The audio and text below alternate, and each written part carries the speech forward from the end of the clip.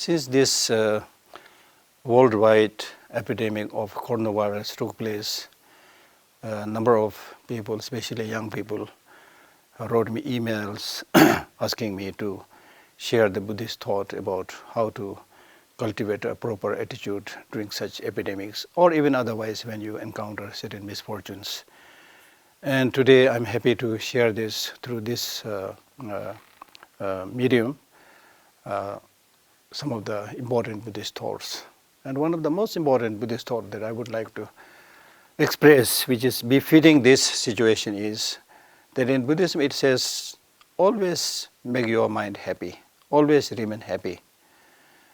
It is true that there will be ups and downs in life. It is true there will be misfortunes. It is true there will be mistakes, challenges, upheavals. But on those occasions, use those occasions as a learning experience and never make your mind unhappy. Because when you make your mind unhappy, then you become vulnerable, through which you are compelled to develop many negative emotions like anger, jealousy, anxiety, and also physically sleeplessness and so forth. So therefore it is one of the first important thing is human life is not just suffering, it also has a lot of blessings, but we also get sufferings also. So during those ups and downs in life, what is important is to maintain a balanced state of mind and don't let your mind disturbed. That is the first condition. Now how the question is how would you do that? To quote Shantideva, he says, if it is something you can change, don't worry because you can change it. If it is something you cannot change it, no use worrying because by worrying you can't change it. So that makes everything pretty clear. So when it says if it is something you can change, that means, for example, in the case of these epidemics, personally there are many things you can do. You should really be careful and take all the needed precautions as has been prescribed by WHO and eminent doctors and so forth. So follow those strictly, and then on those areas which you personally have no control right now, so no use worry.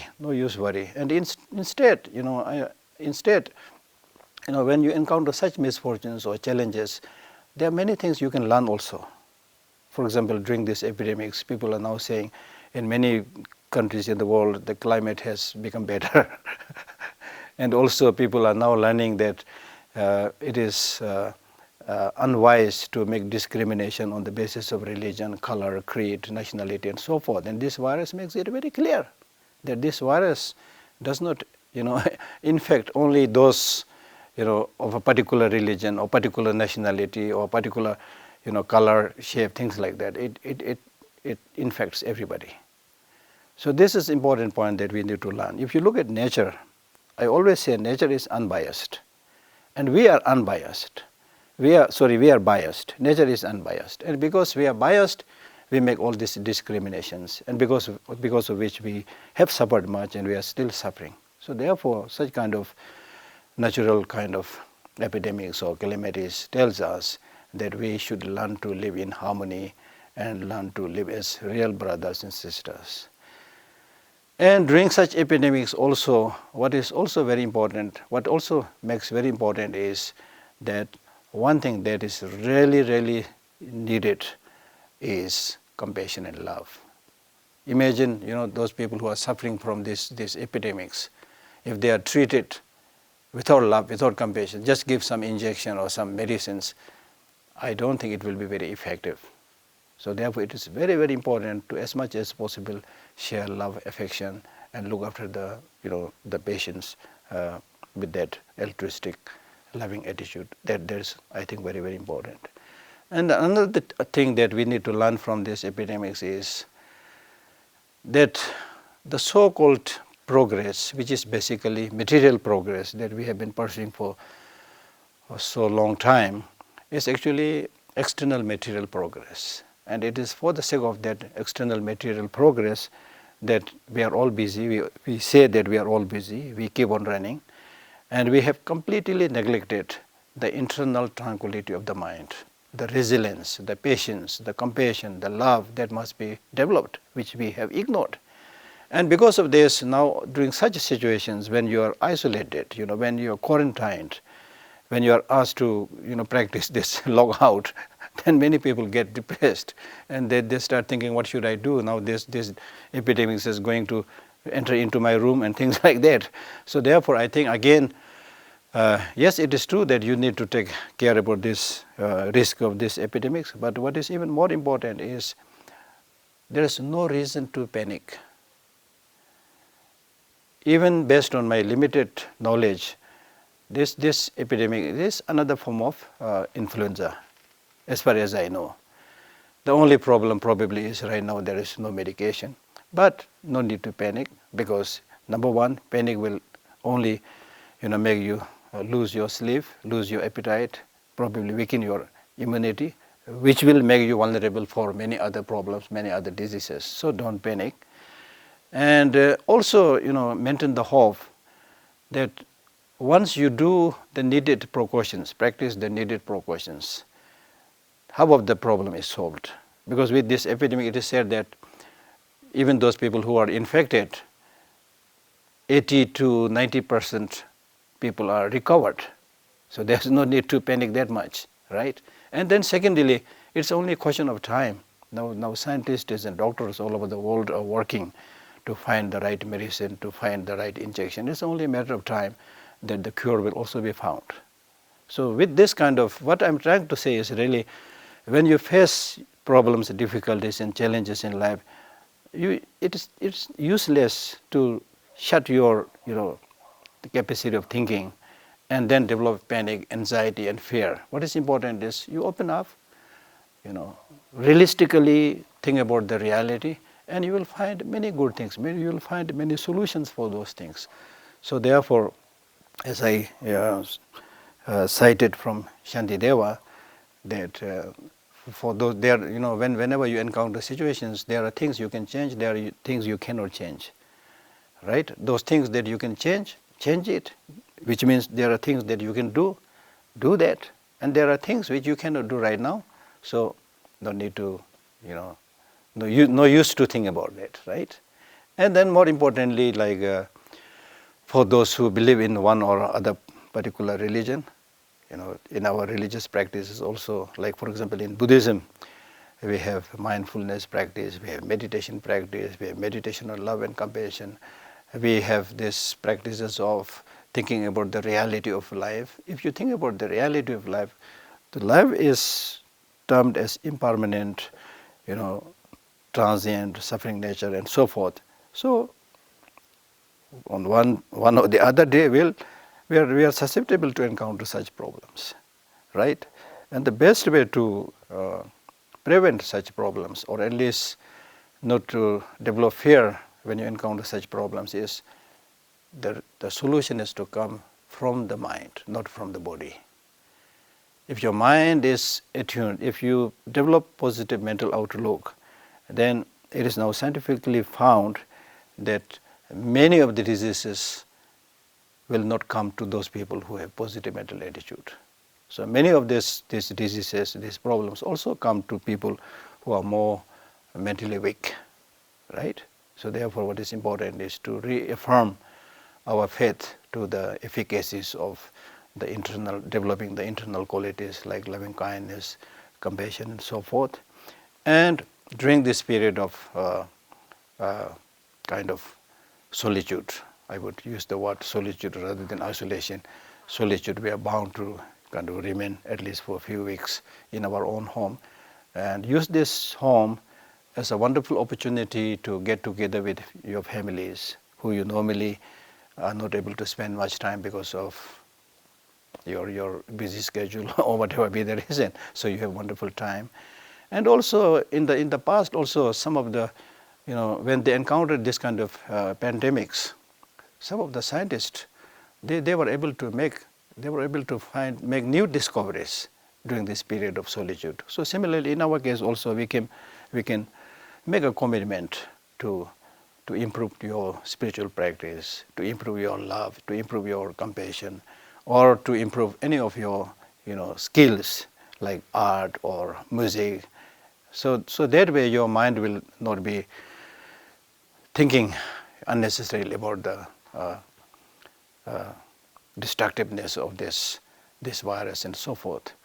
And not only during this particular epidemics, in general also, it is found that many of the young people, especially the young people today, are more vulnerable because they see too many things.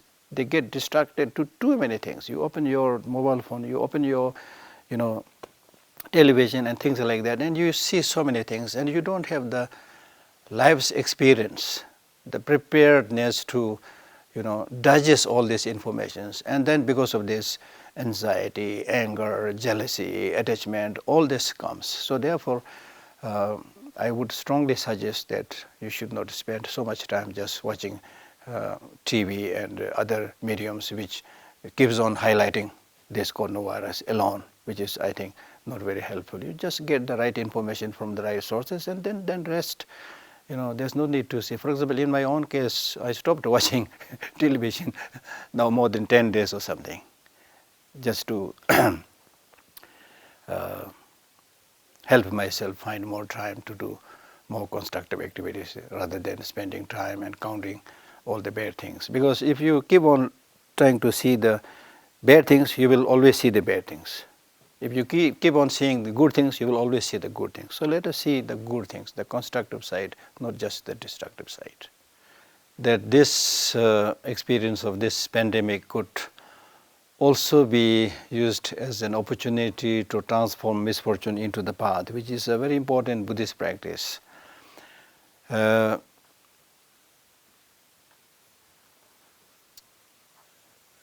example, like when you are asked to remain in isolation or solitude, many people feel uncomfortable because we are used to running hither and thither and not sitting and not meditating. Now here in this case, I think it's important to recall the achievement of some of the past great Buddhist masters, like right from the Buddha to many great masters. They achieved that tremendous amount of internal peace, calmness and happiness, not just by running around, but they found such internal happiness by remaining in solitude through practice of meditation, mindfulness, loving kindness and so forth.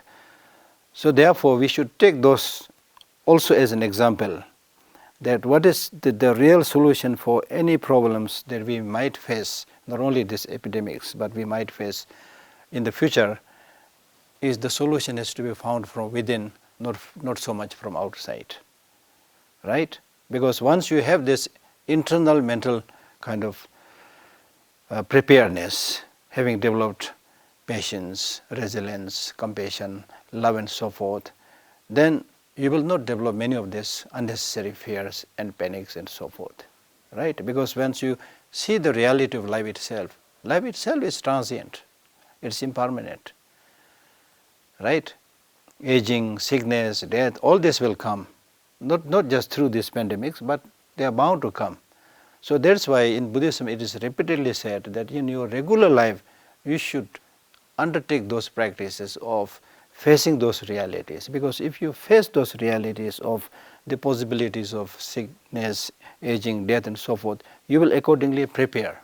And this will help you to develop those qualities which is really essential for you and for many other people. Like for example, yes, we need money, but that will not necessarily solve much of the problem. So what is lacking, for example, which is very clearly told this time by this virus, that what is really important, needed is love and compassion. And normally in our life, much of the frustration, fear that we develop is because of obsession with oneself. We keep on talking, I, me, mine, your focus becomes very narrow. And when you just keep on thinking about yourself, not thinking about the rest of the sentient beings, then you become susceptible to all those fear and panic. What will happen to me? What will happen to my family? You're obsessed with this small circle. So therefore it is important not to just get bogged down with oneself alone. Think about the countless sentient beings. For example, in the case of this pandemics, it really makes you think, yes, you need to take care of all these human beings, but what about the animals? In fact, the result of this pandemic is randomly mistreating, misusing, killing other animals. Right?